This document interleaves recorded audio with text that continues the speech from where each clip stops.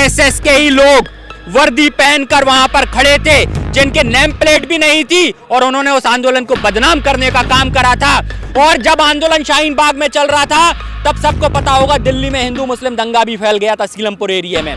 तो ये इनके काम है शुरू से कि ये किसी भी तरीके से आंदोलन को तोड़ना चाहेंगे। हमारे देश की नाक कट रही है बाहरी संसदों में, और ये यहाँ पर नाक लगा रहे हैं हिंदू धर्म के नाम पे। इसलिए मेरा कहना है कि हमारे संविधान में जब धर्मनिरपेक्षता की बात रखी गई है और उस धर्मनिरपेक्षता को देखना है तो इस आंदोलन में आना होगा उन सभी लोगों को। ये देश हित का आंदोलन है। भाइयों बहनों, बताओ गाय चारा खाती है कि नहीं खाती? तो भक्तों ने कहा हाँ साहब खाती है। तो कहले बताओ बैल चारा खाता है कि नहीं खाता? कहले खाता है। तो बताओ चारा खाने वाली गाय दूध देती है कि नहीं देती? कहले साहब देती है। तो कहले बताओ चारा खाने वाले बैल को दूध देना चाहिए कि नहीं देना चाहिए? नमस्कार, स्वागत है आपका भोजन टीवी में। मैं हूं आपके साथ प्राची। किसान आंदोलन अपने शीर्ष पर है। सरकार अब झुकती नजर आ रही है। सरकार ने किसानों के आगे एक प्रस्ताव रखा है जिस पर किसान अब भी राजी नहीं है।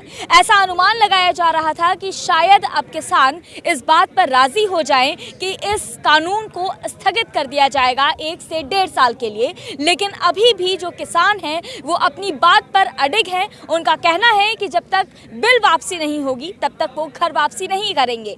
ऐसे में ये सवाल उठता है कि आखिर अब सरकार का अगला दांव क्या होगा, क्योंकि ये सबसे बड़ा दांव सरकार का माना जा रहा था। जिस तरह से सरकार ने किसानों के पाले में गेंद फेंक दी थी कि अब ये किसान डिसाइड करेंगे कि आखिर उन्हें आंदोलन जारी रखना है या फिर उनको सरकार का प्रस्ताव मानना है, लेकिन किसानों ने इस प्रस्ताव को साफ खारिज कर दिया है। जिससे कई सवाल उठते हैं। 26 जनवरी को भी लेकर सवाल उठते हैं कि क्या 26 जनवरी की रैली, जैसे सुप्रीम कोर्ट ने पहले ही अपना हाथ खींच लिया, जिस तरह से ये कहा जा रहा है कि अब प्रशासन जो है वो किसानों को डील करेगी, तो इस पे सवाल उठता है कि आखिर 26 जनवरी की रैली का क्या होगा। सवाल ये भी उठता है कि आखिर किसानों का यह आंदोलन आखिर कौन सा रुख लेगा। इसी कड़ी में हमारे साथ विदिशा से दीपक जी जुड़े हुए हैं। दीपक, बहुत स्वागत है आपका।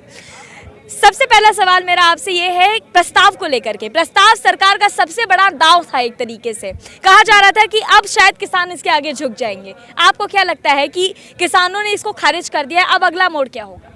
देखिए, पहले तो सबको समझना होगा कि सरकार की रणनीति क्या है। सरकार की तरफ से रणनीति और सिंगल एजेंडा है इस यूनिटी को तोड़ना। और यूनिटी आज जो ये बन गई है ना, जहां पर लोग बिना जात धर्म को देखते हुए एक दूसरे का सहयोग कर रहे हैं, एक परिवार के रूप में बन गए हैं। और आज जो लोगों की आंखें खुल गई हैं, वो चाहते हैं इस आंदोलन को कैसे भी कर रोका जाए और इसको बंद करा जाए, क्योंकि उनका टारगेट बंगाल चुनाव और यूपी चुनाव उन्हें दिख रहे हैं। इसलिए वो 2 साल के लिए इसे स्थगित करने तक की भी बात रख रहे हैं। लेकिन ये कूटनीति है उनकी। इस कूटनीति को हम कामयाब नहीं होने देंगे। देखिए, पहले सरकार ने सुप्रीम कोर्ट में बॉल फेंकी, फिर सुप्रीम कोर्ट ने पुलिस के पास बॉल फेंक दी। कहीं ना कहीं पुलिस किसके अंडर में है? अमित शाह गृह मंत्री जी के अंडर में। तो हमें यह समझना होगा कि अमित शाह जी को जब बाहरी संसदों में धर्म संप्रदाय का शोषण करने वाला बताया जाता है, अल्पसंख्यक वर्ग पर शोषण करने वाला बताया जाता है, तो कैसे कोई अमित शाह जी पर भरोसा करेगा? अमित शाह जी की आज हमारे देश की नाक कट रही है बाहरी संसदों में, और ये यहाँ पर नाक लगा रहे हैं हिंदू धर्म के नाम पे। इसलिए मेरा कहना है कि हमारे संविधान में जब धर्मनिरपेक्षता की बात रखी गई है और उस धर्मनिरपेक्षता को देखना है तो इस आंदोलन में आना होगा उन सभी लोगों को। ये देश हित का आंदोलन है।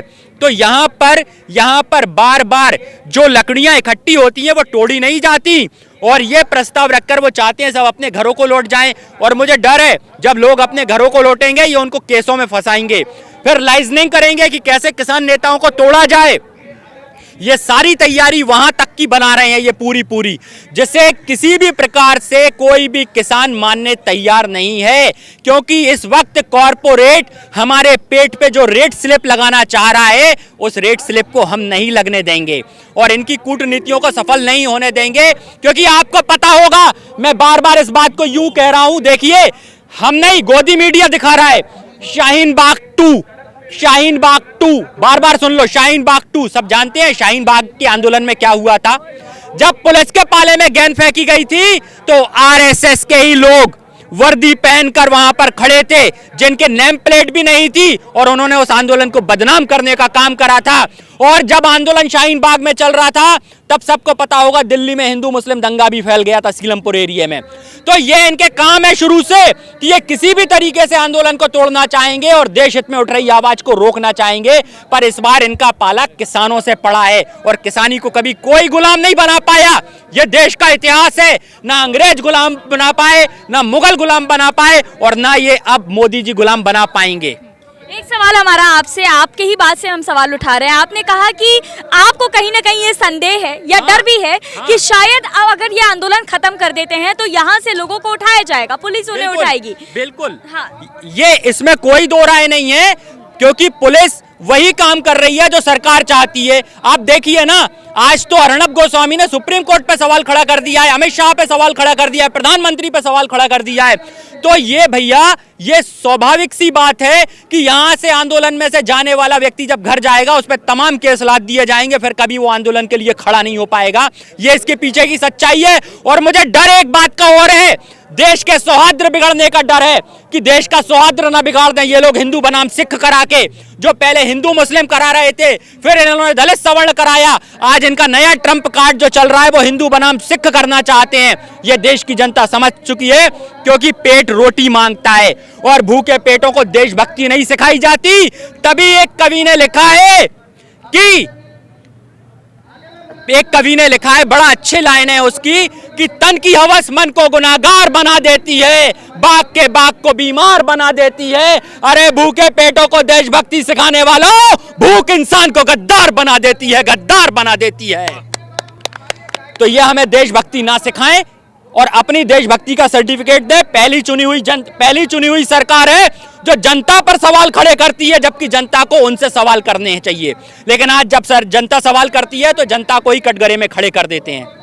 देखिए, उनका घबराना लाजमी है, क्योंकि 26 जनवरी को पूरे विश्व की नज़र हमारे ऊपर होती है और यूएन में ये सर्वसम्मति से प्रस्ताव पास होने जा रहा है कि 16 देश मोदी जी को बैन करने वाले हैं, क्योंकि जो सीरिया में हुआ है वैसी स्थिति ये हमारे भारत में करना चाहते हैं। इसलिए आज ये विश्व में घबराए हुए हैं कहीं किसानों की आवाज़ विश्व में ना पूरी तरह गूंजने लगे, क्योंकि 26 जनवरी को रैली हो गई तो पूरे विश्व में भारत का परचम लहराएगा और किसानों की आवाज़ विश्व आवाज़ बन जाएगी। वहां पर इन्हें किसानों का हल करना होगा और जो धरती को गुलाम बनाने का सपना देख रहे हैं, इनका वो सपना खत्म हो जाएगा। इसलिए 26 जनवरी से पहले ही निराकरण चाह रहे हैं इस चीज का। कृषि राज्य मंत्री ने कहा है कम्युनिस्ट पार्टी अगर इस आंदोलन से हट जाती है तो किसानों का समाधान हो जाएगा। यानी एक तरीके से कहा जा रहा है कि जो वामपंथी लोग हैं वो कहीं ना कहीं इस आंदोलन को इफेक्ट कर रहे हैं। इस पे आप क्या कहिएगा? देखिए, पहली बात तो जो लोग शब्दों के जाल में उलझाते हैं, जिन्होंने सिर्फ एक किताबचा पढ़ रखा है, एक किताब पढ़ रखी है एक पतली सी जिसमें हिंदू हिंदू लिखा होता है, इसके अलावा उन्हें कुछ भी नहीं पता कि घर काय से चलता है, घर पैसे से चलता है, देश भी पैसे से ही चल रहा है। धर्म हमारा निजी विषय होता है। इसलिए मैं बताना चाहूंगा उन लोगों को कि लेफ्टिस्ट जिन्हें ये वामपंथी कहते हैं वो कौन होते हैं। वामपंथी का इतिहास समझिए, जरा से शब्दों में समझा दूंगा बहुत सरल भाषा में आप सभी को। जब अंग्रेजों ने यह कहा कि हमारे साथ कौन कौन है वो राइट में खड़ा हो जाए, हमारे राइट साइड आ जाए, तो सारे सामंतवादी लोग राइट में आ गए, तो वो कहला गए थे राइटिस्ट। तब से राइटिस्ट चल रहे हैं और जो लोग असहमत हुए वो स्वतः लेफ्ट में आ गए, तो ये हो गए लेफ्टिस्ट। अंग्रेजों की संसद में लेफ्ट और राइट दो तरीके से लोग बैठते थे, जिन्हें लेफ्टिस्ट एंड राइटिस्ट कहा जाता था। जो सरकार के साथ होते थे वो राइटिस्ट होते थे, मतलब अंग्रेजों के, और जो अंग्रेजों के विरोध में, मतलब जिन्होंने आज तक किसानों को गुलाम नहीं बनने दिया, मजदूर को गुलाम नहीं बनने दिया, वो लेफ्टिस्ट थे। और कम्युनिस्ट जिन्हें ये कह रहे हैं कम्युनिस्ट विचारधारा है, अगर यहाँ कम्युनिस्ट बैठे हैं तो इन लोगों को समझना होगा कि यहाँ क्रांतिकारी बैठे हैं। उनको समझना होगा करतार सिंह सराफा यहाँ बैठे हैं, उधम सिंह यहाँ बैठे हैं, भगत सिंह यहाँ बैठे हैं, इसके बाद पंडित राम प्रसाद बिस्मिल बैठे हैं, चंद्रशेखर आजाद बैठे हैं, नेताजी सुभाष चंद्र बैठे हैं, क्योंकि ये सभी कम्युनिस्ट थे। इन सबकी विचारधारा कम्युनिस्ट थी। अरे विचारधारा को समझिए, हमारी लड़ाई पूंजीवाद से थी। हम चाहते थे सबके पास आय के स्रोत बराबर हो, चंद पूंजीपतियों के हाथ में देश सिमट के ना रह जाए, जैसे आज ठहर के रह गया है अंबानी और अडानी के हाथ में। बाकी सारी जनता आज गरीब हुई जा रही है और दो लोग इस देश का भविष्य लिखने में लगे हैं। तो मैं ये चाहता हूं कि लोगों को समझना होगा, समाजवादी विचारधारा चाहती थी कि पूंजी जो है वो सबके हाथों में बराबर आए, पर उनके आंदोलन करने का तरीका था वो था अहिंसा। और कम्युनिस्ट विचारधारा चाहती थी आय के स्रोत बराबर तो हो पर जरूरत पड़े तो वो हिंसा भी करना चाहते थे। उस हिंसा का मतलब था आत्मरक्षा। अगर आप पे कोई जुल्म करेगा तो आप उसका प्रत्युत्तर देंगे, उसको आत्मरक्षा कहते हैं। तो समझना होगा कम्युनिस्ट बैठे हैं तो कम्युनिस्ट क्रांतिकारी थे। अगर आप यहाँ गाली दे रहे हो कम्युनिस्ट को तो आप अपने क्रांतिकारियों को गाली दे रहे हो। फिर 26 जनवरी 15 अगस्त पे उनके नाम पे वोट मत मांगो, उनके नाम पे झंडा मत फहराओ। ये छदम देशभक्ति दुनिया को मत दिखाओ, क्योंकि देशभक्ति हमारे दिलों में पलती है। उसके दर्शन करो, प्रदर्शन मत करो। ये बताइए 26 जनवरी को लेकर के दिल्ली में अलग अलग जगहों पे पोस्टर लगाए गए हैं, उनमें खालिस्तानी आतंकवादियों के पोस्टर इस बार हमें देखने को मिल रहे हैं। ये कहा जा रहा है कि ये जो भोले भाले किसान हैं उनके बीच में कोई आतंकवादी ना हो, इसलिए सुरक्षा व्यवस्था कड़ी की जा रही है। ये भी कहा जा रहा है कि जो रैली निकाली जाएगी वो भी जो है वो कहीं ना कहीं सुरक्षा व्यवस्था खंडित कर सकती है। तो ऐसे में रैली को रोकने की जो पुरजोर कोशिश की जा रही है उस पर आप क्या कहेंगे? ये देखिए फिर वही दाव है। पंजाब में जब किसान बैठे रहे, आंदोलन करते रहे, तब तो एक भी खालिस्तानी नहीं दिखा इन्हें। और जैसे जैसे नजदीकी आ रही है तो जनता भी समझ रही है कि ये जानबूझ के ये खुद ही ऐसे लोगों को इस रैली में घुसाना चाहते हैं जिससे आंदोलन को कमजोर कर सकें। बाकी जिनके मन में आतंक पल रहा हो वो क्या किसी को बताएंगे। वो कहते हैं ना, मन में गंगा और दिल में दंगा, तो वो है। और मोदी जो कहता है ना 56 इंच का सीना है, मैं कह रहा हूं 56 इंच का सीना है, पर जब चीन अंदर घुसाया है तो अब तुम्हें गीदड़ बनकर ही जीना है।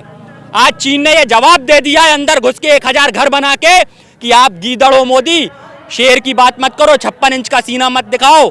ये सब महज बातें हैं और बातों में मत उलझाओ, क्योंकि फेयर एंड लवली का ऐड दिखाने से कोई फेयर एंड लवली किसी को गोरा नहीं कर देती। तो आप ये मार्केटिंग बंद करो अपनी गोदी मीडिया के द्वारा, जो आपने दिखा रखा है, आडंबर बना रखा है। इस आडंबर को तोड़ने की जरूरत है। और देखिए जो बात राम की करता है उसको राम का लोकतंत्र भी समझना होगा। राम वंशानुगत राम थे, उनको किसी ने चुना नहीं था। फिर भी इसके बाद राम से सवाल करने का अधिकार एक नीचे स्तर के व्यक्ति तक को था, मतलब गरीब व्यक्ति को भी था।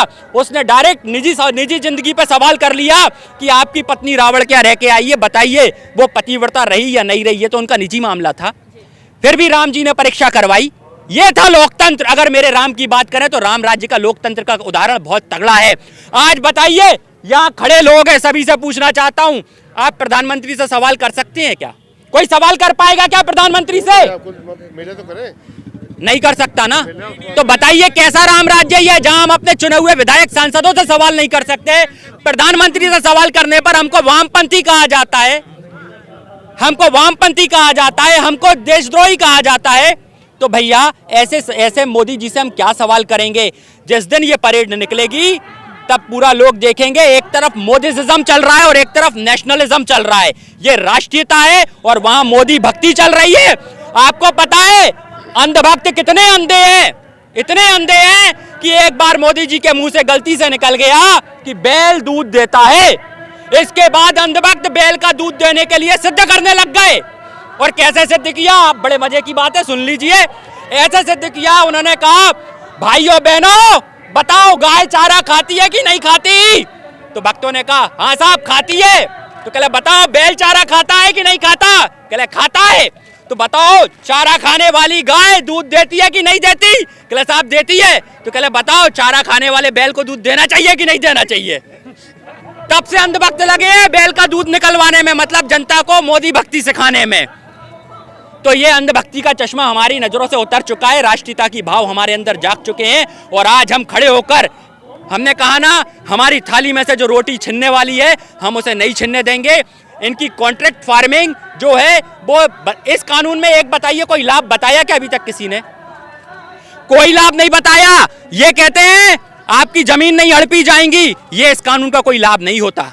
ये कहते हैं कि बहनों भाइयों एमएसपी खत्म नहीं होगी, ये लाभ नहीं होता। मैं कहता हूं एमएसपी ना खत्म होने वाले मेरी बात को सुन लो। आज गैस की टंकी से सब्सिडी खत्म हो गई कि नहीं हो गई? घर की रसोई गैस पे सब्सिडी खत्म हुई कि नहीं हुई? हो गई ना। ऐसे ही एमएसपी भाई अगर कुछ तगड़ा करना है तो 6% एमएसपी पर जो आज हमारा अनाज बिकता है, प्रयास कीजिए कि वो 100% पर कैसे बिकेगा। लेकिन फिर भी भारतीय जनता पार्टी को यहाँ पर आतंकवादी दिखते हैं, AK-47 दिख रही हैं। तो मैं सवाल करना चाहता हूँ कि देश में सरकार है या नहीं है, गृह मंत्रालय है या नहीं है, कानून है या नहीं है? अगर AK-47 यहाँ पर दिख रही है तो भारत सरकार क्या कर रही है, गृह मंत्रालय क्या कर रहा है, अमित शाह क्या कर रहा है? गिल्ली डंडे खेल रहा है क्या? क्या कर रहा है ये? अच्छा, बंगाल में जब चुनाव करते हैं तो देश में चाहे कुछ भी होता रहे, देश में आतंकवादी घुसे आए, इनको कोई मतलब नहीं है। जैसे चाइना घुसाया, इन्हें कोई मतलब नहीं। पाकिस्तानी रोज वहाँ पर बॉर्डर पर वो कर रहे हैं हरकतें, इन्हें कोई मतलब नहीं है। इन्हें बंगाल चुनाव से मतलब है। बात आप भी सही कह रहे हैं, हम भी इसको स्वीकारते हैं कि ये जो लोग सत्ता में आए हैं ये बेसिक तौर पर अपराधी हैं। मैं नहीं कह रहा, रिकॉर्ड कह रहा है। इन पर ये सारे लोग अपराधी हैं और अपराधी की एक प्रवृत्ति होती है और उसी प्रवृत्ति के तहत ये देश चल रहा है। ये वो लोग हैं जिन्होंने सत्ता में आने के बाद अपने मुकदमे, अपनी काली करतूतें, अपने काले कारनामों को कोर्ट से वापस कराए हैं या ख़त्म कराए हैं। मैं नहीं कहना चाहता, चाहे उत्तर प्रदेश की योगी सरकार हो, चाहे अमित शाह हो, ये सारे लोग अपराधी हैं, क्रिमिनल हैं और क्रिमिनल मानसिकता से देश चल रहा है, षड्यंत्र के तहत देश चल रहा है। और ये भी एक षड्यंत्र है कि इन भोले भाले किसानों के बीच में इनको आतंकवादी और AK-47 वाले लोग दिखते हैं। जब किसान यहाँ पर आया, इन्होंने खंदक खुदवाए, इन्होंने सड़कें खुदवा दी, इन्होंने पानी की बौछार की, इन्होंने लाठियां चलाईं और उसके बावजूद किसान यहाँ पर लाखों की और करोड़ों की संख्या में आ गया। उस दिन ये तय हो गया था कि अन्नदाता खड़ा हो गया है। सब इसे करना आता है। लोग चीज़ों को अर्जित करते हैं ना, उसे घर में लाते हैं। ये वो किसान है कि घर के अन्न को लाके खेत में फैलाता है और उसके बाद महीनों और 6-6 महीने इंतजार करता है, तब उसे समेट के लाता है। ये अन्नदाता भागने वाला नहीं, ये अन्नदाता हटने वाला नहीं, अन्नदाता डिगने वाला नहीं। ये तीनों कानून पहले दिन कहते, बार बार लोग कहते हैं वार्ता हो रही है, मैं कह रहा हूँ कोई वार्ता हो ही नहीं रही है। किसान ने पहले दिन कह दिया कि जो 3 काले कानून हैं, एक एसेंशियल कमोडिटी एक्ट जिसमें इन्होंने संशोधन किया है और 2 नए कानून जिसमें इन्हें किसान की किस्मत की बर्बादी की इबारत लिख दी है। ये दोनों कानून जब तक वापस नहीं होंगे तब तक कोई वार्ता नहीं होगी, कोई नई बात